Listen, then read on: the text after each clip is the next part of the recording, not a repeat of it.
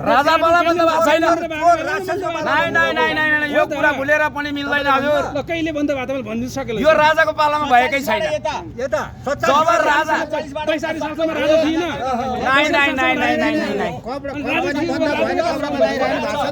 हजुर मैले अलि निदो पाइनँ। कम्पनी बन्द भए पनि कपडा लाउनु भयो, ढाका टोपी लाउनु भयो, सबै चिज यो राजाले बनाएको हो त, यो राजाले बनाएको कपडा हो र यो भन्न पाउनुहुन्छ तपाईँले भन्न पाउनुहुन्छ। किन भन्न पाउनुहुन्छ भनेदेखि मेरो बाउले मलाई जन्म दिएको चाहिँ हो, तर म बाउ मान्दिनँ है भन्न पाउनुहुन्छ। तपाईँसँग अधिकार त्यो छ कि छैन? नेपालको जति पनि कल कारखानाहरू त राजाकै पालामा बन्द भएको हो, गणतन्त्र आएपछि होइन। 1 2 3 होइन यो कुरा। कति सालमा भयो भनिदिनु। कति सालमा? 47 सालभन्दा यता बन्द भयो। 47 सालमा राजा थियो कि थिएन? कुन राजा थियो 47 सालमा? राजा थियो कि थिएन? 2062 सालमा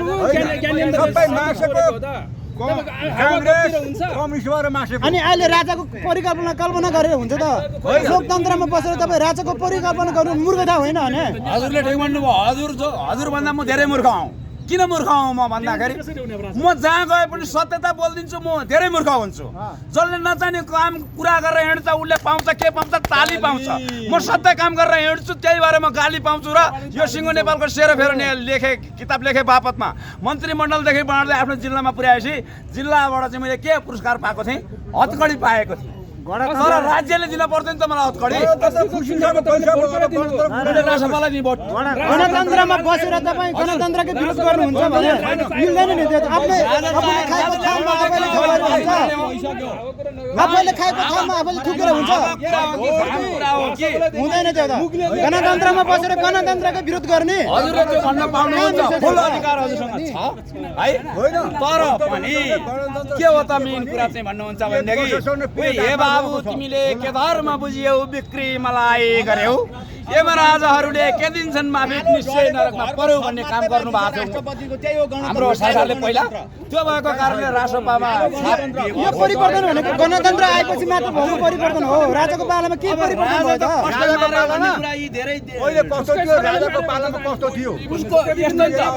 उसकै छोराले मार्यो भनेपछि के भयो? उसलाई साइड लाउन सकिन्छ कि भन्ने भावना भइदियो। भएको यति मात्रै हो।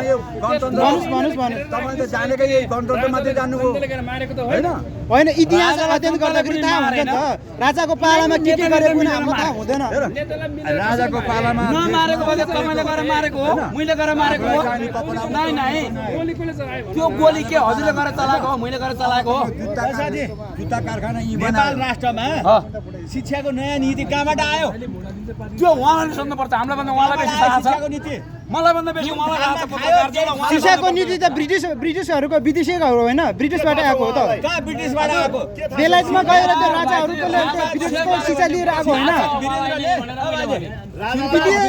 इतिहासमा जाने हो भने राणाहरूको शाहहरूको इतिहास अध्ययन गर्नुपर्छ। अहिले आएर यो राजाहरूको हुँदैन। हजुर यत्रो वर्षसम्म के गर्नुभएको? Time pass. राजालाई हत्याले मारेको अनि यो कुरा जानकारी छैन तपाईँलाई? हत्याले त मार्यो, तर हजुरले गएर मारे मैले गएर मारे त होइन। तपाईँलाई भनेको छ? छैन। तपाईँले मारेको छैन? छैन। अब जानुस्। त्यस्तो चाहिँ नभन्नु होला। मलाई दम छ भने हजुर आफै जानु होला। मलाई नभन्नु होला यस्तो काम। तपाईँ कुनै एमाले गर्नु होला, कुनै कांग्रेसको होला, किन नभन्नु होला भनेर भनेदेखि तर हाम्रो अब एउटा कुरा भन्न चाहन्छु पत्रकारजीहरुलाई के छ भने उठेर भन्न चाहे एउटा कुरा। हजुर भन्नुस् भन्न चाहे देश कविताको मार्फतमा भन्न चाहन्छु। नेपालै हुन्छ। हेर्नुहोस् होइन, नेपाल नरहे सिक्किम हुन्छ त? कस्तो कुरा गर्नुहुन्छ तपाईँ? नेपाल नरहे सिक्किम हुन्छ त? नेपाल विश्वको शक्तिशाली देश हुन्छ।